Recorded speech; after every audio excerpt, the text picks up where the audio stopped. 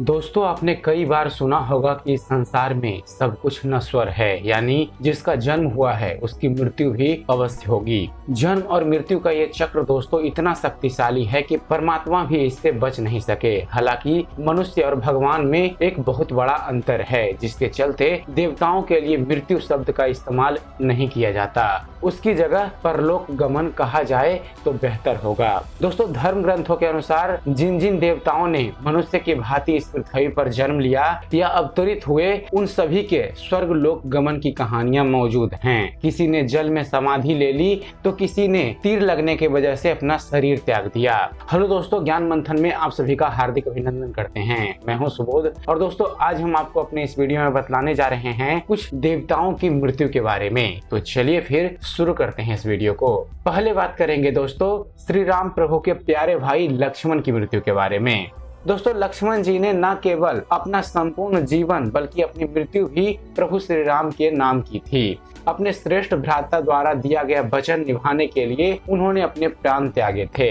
एक दिन स्वयं काल देवता संत का रूप धारण करके श्री राम से मिलने अयोध्या पहुँचे। वे प्रभु के लिए परलोक गमन का संदेश लेकर आए थे, इसलिए दोस्तों श्री राम से अकेले में भेंट करना चाहते थे। काल देव ने लक्ष्मण जी को आदेश दिया कि वे दरवाजे के बाहर द्वारपाल बनकर खड़े रहें और उन्होंने श्री राम प्रभु से वचन लिया कि अगर उनकी वार्ता के बीच किसी ने भी कच्छ में प्रवेश किया तो वे इंसान को अयोध्या नगरी से निष्कासित कर देंगे। भगवान श्री राम और काल देवता के बीच वार्ता चल रही थी, तभी वहां दुर्वासा ऋषि आ गए। वे भी प्रभु श्री राम से भेंट करना चाहते थे। आदेशानुसार जब लक्ष्मण जी ने उन्हें अंदर जाने से रोका तो वे क्रोधित हो गए और श्री राम के साथ साथ संपूर्ण अयोध्या नगरी को श्राप देने की बात कहने लगे।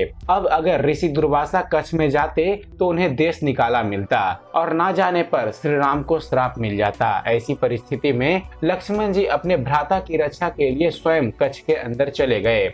लक्ष्मण जी को कच्छ में देख श्री राम आश्चर्यचकित रह गए। उन्हें समझ नहीं आया कि अब वे क्या करें, लेकिन वचनबद्ध होने के कारण श्री राम प्रभु ने अपने प्रिय लक्ष्मण को अयोध्या से दूर जाने का आदेश दे दिया। दोस्तों, अपने भाई प्रभु श्री राम के बिना जीवित रहना लक्ष्मण को गवारा नहीं था और उन्होंने अपने प्राण त्यागने का निश्चय कर लिया। इसी विचार से उन्होंने सरयू नदी में जल समाधि ले ली। नदी में प्रवेश करते ही लक्ष्मण ने शेषनाग का रूप धारण कर लिया और इस संसार को छोड़ विष्णु लोक की ओर चल पड़े। और दोस्तों अब बात करते हैं प्रभु श्री राम की मृत्यु के बारे में। दोस्तों, अपने प्रिय भ्राता को जाते देख प्रभु श्री राम ने भी प्राण त्यागने का निर्णय किया।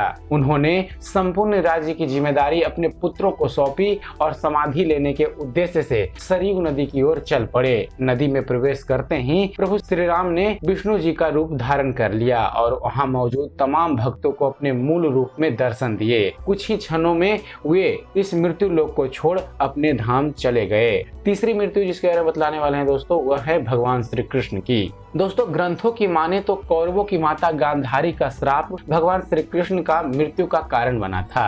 कथा के अनुसार दोस्तों दुर्योधन की मृत्यु पर उसकी मां गांधारी रणभूमि में पहुंची और पुत्र का शव देखकर अपना आपा खो बैठी। गांधारी के अनुसार उनके सभी पुत्रों की मृत्यु का कारण भगवान श्री कृष्ण ही थे। उन्हीं की वजह से महाभारत का भीषण युद्ध हुआ और तमाम कौरवों की मृत्यु हुई थी। इसी बात से क्रोधित होकर गांधारी ने भगवान श्री कृष्ण को श्राप दे दिया कि उनकी मृत्यु 36 साल बाद हो जाएगी। गांधारी के श्राप के ठीक 36 साल बाद तीर लगने के कारण भगवान श्री कृष्ण ने अपने प्राण त्यागे। कथा के अनुसार एक बार श्री कृष्ण जंगल में विश्राम कर रहे थे। उनके पैर में लगी मणि मृग नेत्र की तरह चमक रही थी। उसी दौरान एक शिकारी वहां आया और भगवान श्री कृष्ण को मृग समझकर उन पर तीर से वार कर दिया। तीर लगते ही भगवान श्री कृष्ण ने अपना शरीर त्याग दिया और परलोक चले गए।